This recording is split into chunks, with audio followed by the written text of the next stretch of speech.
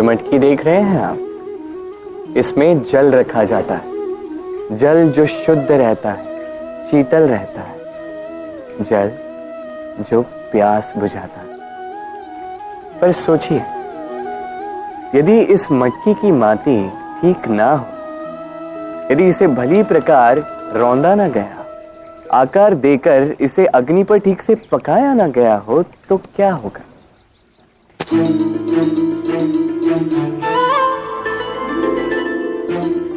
यही मन के साथ भी होता है, क्योंकि यदि प्रेम ये जल है तो इसकी मटकी है मन। मन रूपी पात्र में यदि विश्वास की माटी ना हो, यदि आंसुओं से उसे भिगोया ना गया, समय रूपी कुम्हार ने उसे आकार ना दिया हो और परीक्षा की अग्नि में उसे पकाया ना गया हो, तो प्रेम मन में नहीं ठहर सकता। तो यदि प्रेम को पाना है तो हृदय पर काम करना होगा और मन से कहना होगा, राधे राधे।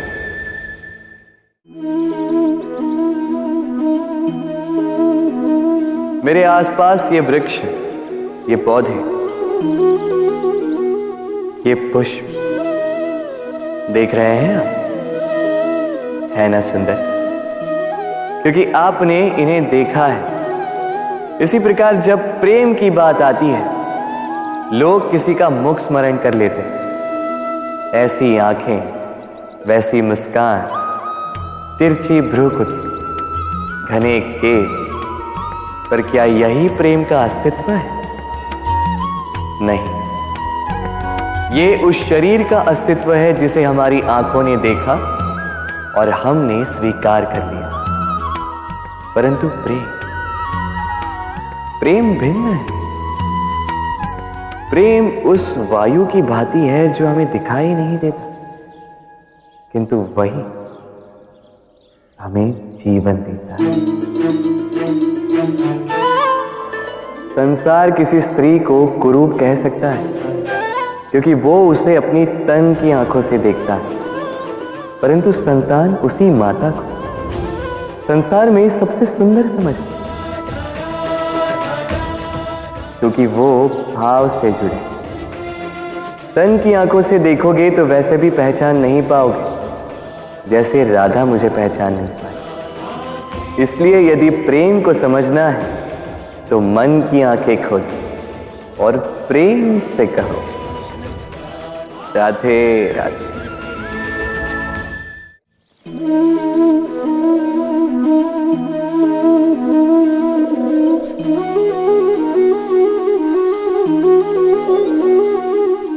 किसी भी वस्तु को बांध सकने के लिए किसी बंधन का, किसी रस्सी का होना आवश्यक है, परंतु इस रस्सी को बांध सकने की शक्ति कौन देता है?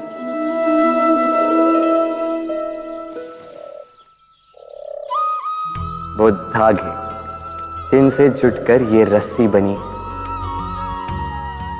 अब बताइए, प्रेम को किस रस्सी से स्वयं तक बांधेंगे आप?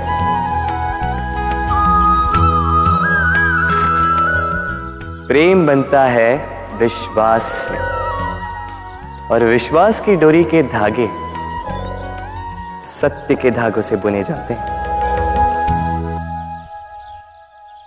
अब प्रश्न ये उठता है कि सत्य क्या है?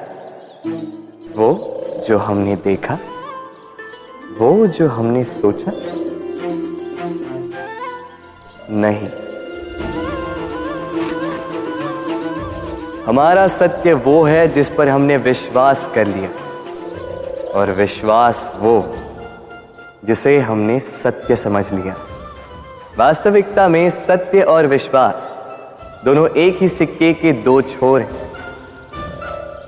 जहां सत्य नहीं, वहां विश्वास की नींव नहीं, और जहां विश्वास नहीं, वहां सत्य अपना धरातल खो देता है। तो यदि किसी का सत्य जानना है तो विश्वास कीजिए, प्रेम का धरातल बन जाएगा और मन प्रसन्न होकर बोलेगा, राधे राधे।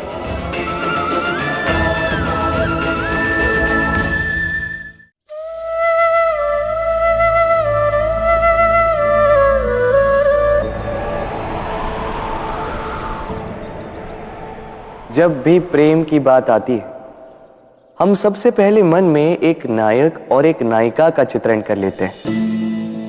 क्यों? आपके साथ भी यही होता है ना? पर क्या प्रेम केवल नायक नायिका के आकर्षण का बंधन है?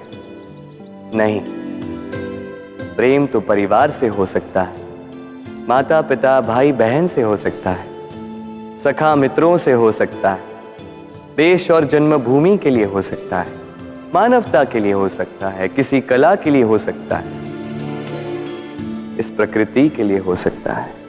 पर प्रेम कभी उस पन्ने पर लिखा ही नहीं जा सकता जिस पर पहले ही बहुत कुछ लिखा हो। जैसे एक भरी मटकी में और पानी आ ही नहीं सकता। यदि प्रेम को पाना है तो मन को खाली करना होगा। अपनी इच्छाएं, अपना सुख सब त्याग कर समर्पण करना होगा। अपने मन से व्यापार हटा दो, तभी प्यार मिलेगा और मन प्रसन्न होकर बोलेगा, राधे राधे। प्रेम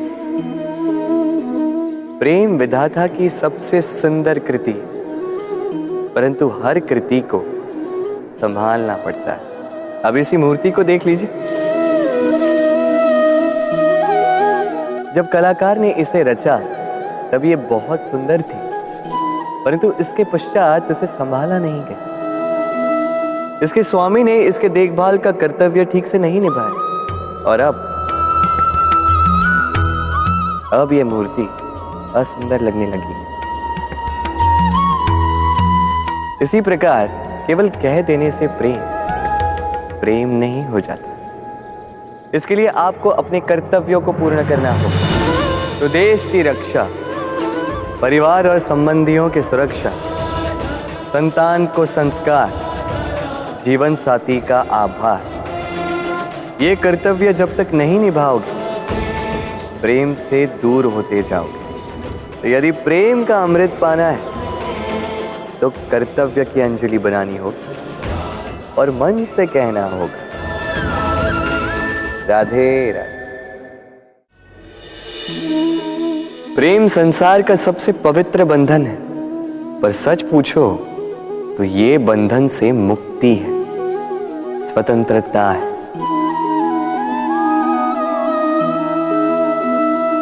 नहीं समझे? समझाता हूं। यदि कोई आपका प्रेम ठुकरा दे, यदि कोई आपका प्रेम समझ ही ना पाए तो क्या होगा?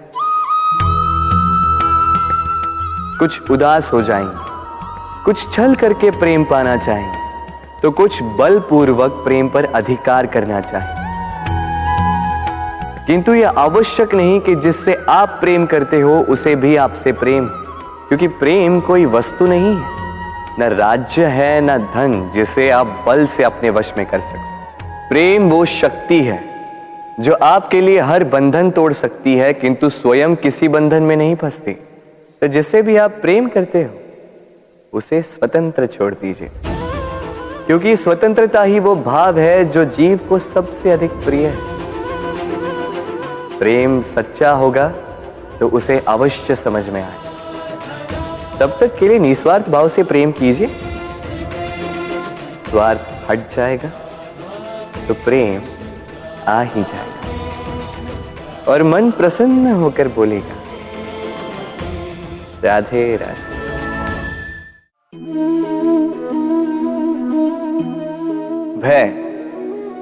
भय सबको होता है, चाहे वो पशु हो, पक्षी हो या मनुष्य।